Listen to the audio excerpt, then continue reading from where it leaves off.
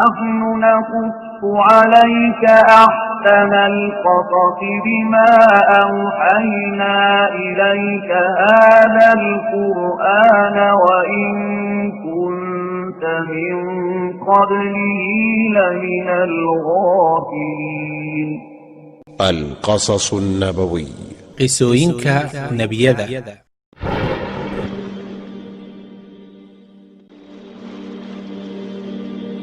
qisadeenna waxay maanta ku saabsan tahay qisadii saca reer bani Israa'iil. sida ay soo warinayaan taariikhahanada waxay sheegaan waxaa jira nin taajir ahaa oo ka mid ahaa reer bani Israa'iil. wuxuu ninkaasi ahaa qof duq ah ama da' ahaa.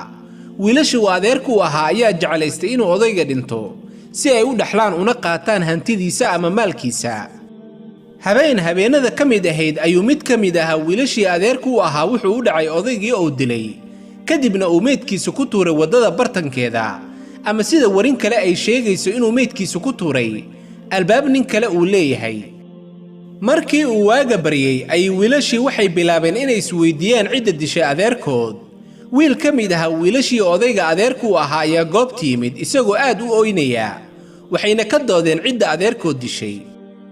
saadadkii meesha jooga ayaa ku yidhi, maxaad u doodaysaan? waxaa jooga nebigii alle muuse calayhi salaam. markaasuu wiilkii aadku u booynayay u tegay nebi muuse calayhi salaam una sheegay in adeerkiisa la dilay. nebi muuse calayhi salaam wuxuu wiilashii oo dhan ku yidhi, waxaan idinku weydiinayaa magaca alle qofkiina wax ka ogaa dhacdadan oo lagu dilay ninkan odayga ahaa inuu ii sheego. laakiin dhammaantood wiilashii oo dhan waa ay aamuseen oo cidna ma hadlin. saa markii ay aamuseen ayay dadkii goobta isugu soo baxay waxay nebi muuse ka codsadeen inuu alla weyne u weydiiyo cidda dishay ninkan odayga ahaa. nebi muuse calayhi salaam intaasi kadib wuxuu alla weyne weydiiyey arrinkii meeshii la isku haystay. alla weynena wuxuu nebi muuse ku amray inay wiilasha gowracaan sac. muuse calayhi salaam wuxuu wiilashii ku yidhi, wuxuu alla weyne idin amrayaa inaad gowracdaan sac.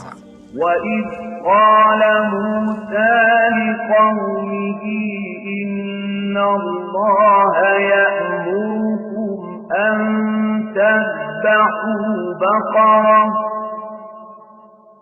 قالوا أتتخذنا هزؤا قال أعوذ بالله أن أكون من الجاهلين.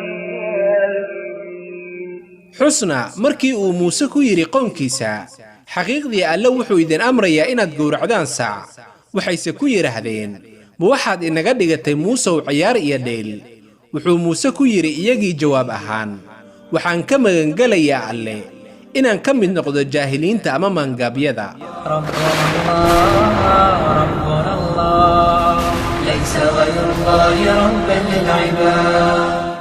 markii uu nebi muuse u sheegay amarkii alle uu ku siiyey ee ahaa inay gowracaan sac, waxay u qaateen in nebi muuse uu ku cayaarayo iyaga. wuxuuse nebi muuse u sheegay inuu alla weyne ka magangelayo inuu alla weyne u nisbeeyo wax ciyaar ah. wiilashii waxay bilaabeen su'aalo iyo waxaan loo joogin. haddiise ay hadalkii alle si toosa u qaadan lahaayeen oo ay gowrici lahaayeen sacuun, waa laga aqbali lahaa. laakiin waxay bilaabeen inay weydiiyaan nuuca uu saca yahay iyo tilmaamihiisa. قالوا ادع لنا ربك يبين لنا ما هي. waxay yidhaahdeen, noo bari rabbigaa si uu inoogu caddeeyo waxay tahay sacaasi. dadkii waxay nebi muuse weydiisteen inuu rabbi u caddeeyo waxay tahay sacaasi. wuxuu nebi muuse ku yidhi iyagii, wuxuu alla weyne leeyahay, waa sac aan duq ahayn ugubna aan ahayn, oo waxay u dhexaysaa labadaas xaaladood ee fala waxay laydin amray. maxaa ku taqiinay reer bani Israa'iil madax adeeg dhagax ka daran? wixii alla weyne amray haddii ay fulin lahaayeen maxaa ka bii lahaa? markii uu alla weyne u sheegay in saca la doonayo uusan ahayn mid duq ah iyo mid ugub ah oo la doonayo mid dhexdhexaad ah, haddana waxay keeneen su'aal kale iyaga oo weydiinaya nebi muuse calayhi salaam midabka saca uu alla weyne uu doonayo. qaala innahu yaquulu innahaa baqaratun صفراء فاقع لونها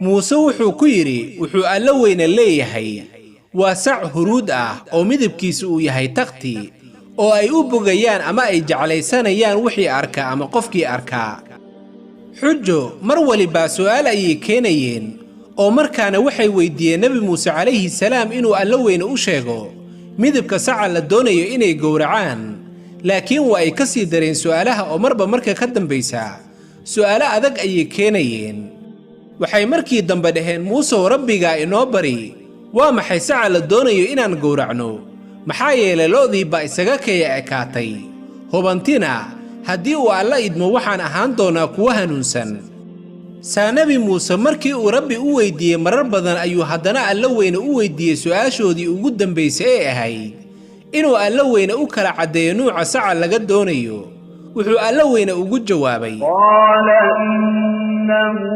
yaquulu innahaa baqaratun laa daluulun tusiiru al-arda walaa tasqi al-arda musallamatun laa shiyata fiihaa wuxuu muuse yidhi wuxuu alla weyne leeyahay waa sacaanan u tababarnayn inay fasho dhulka iyo inay waraabiso beeraha oo aad u fayow oo aanan lahayn wax midib kale ah oo booro takhti ma ahee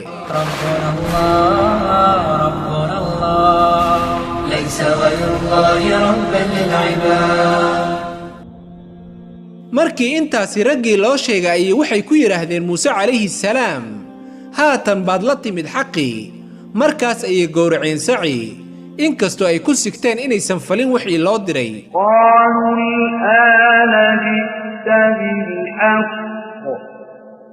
fadabaxuuhaa wamaa kaanuu yafcaluun saa markii ay in muddo ah goobayeen sacii loo diray ayay aakhirkii tilmaamihii sacii loo diray soo heleen wuxuu alla weyne nebi muuse u sheegay inay gowracaan sacaasi oo cad ka mid ah hilibkiisa ay ku dhuftaan qofka meydka ah faqulna idribuuhu bibacdihaa kadhalika yuxyii llaahu lmawtaa wayuriikum aayaatihi la'allakum ta'qiluun oo waxaan ku nidhi ku dhufta ninka meydtan qayb ka mid ah saca oo sidaasi buu alle u soo celiyaa meydka nolosha oo idiin tusiya aayadihiisa iyo calaamooyinkiisa si aad u fahantaan nebi muuse calayhi salaam wuxuu dadka meesha jooga u sheegay inay gowracaan sacii kadibna cad ka mid ah saca ay ku dhuftaan ninka meydka ah saa markii ay sidaasi yeeleen oo meydkii ay ku dhufteen ayuu ninkii meydka ahaa soo noolaaday nebi muuse calayhi salaam ayaa ninkii weyddiiyey yaa ku dilay wuxuu ninkii ku yidhi wiilka aan adeerka u ahay saa markii uu intaasi yidhi haddana ninkii waa uu dhacay isaga oo meyd ah waana halka uu alla weyne ka leeyahay oo sidaasi buu alle u soo celiyaa meydka nolosha oo idiin tusaa aayadihiisa calaamooyinkiisa si aad u fahantaan kadhalika yuxyii llaahu lmawtaa wayuriikum aayaatihi la'allakum ta'qiluun ربنا الله ليس غير الله ربا للعباد ربنا الله ليس غير الله ربا للعباد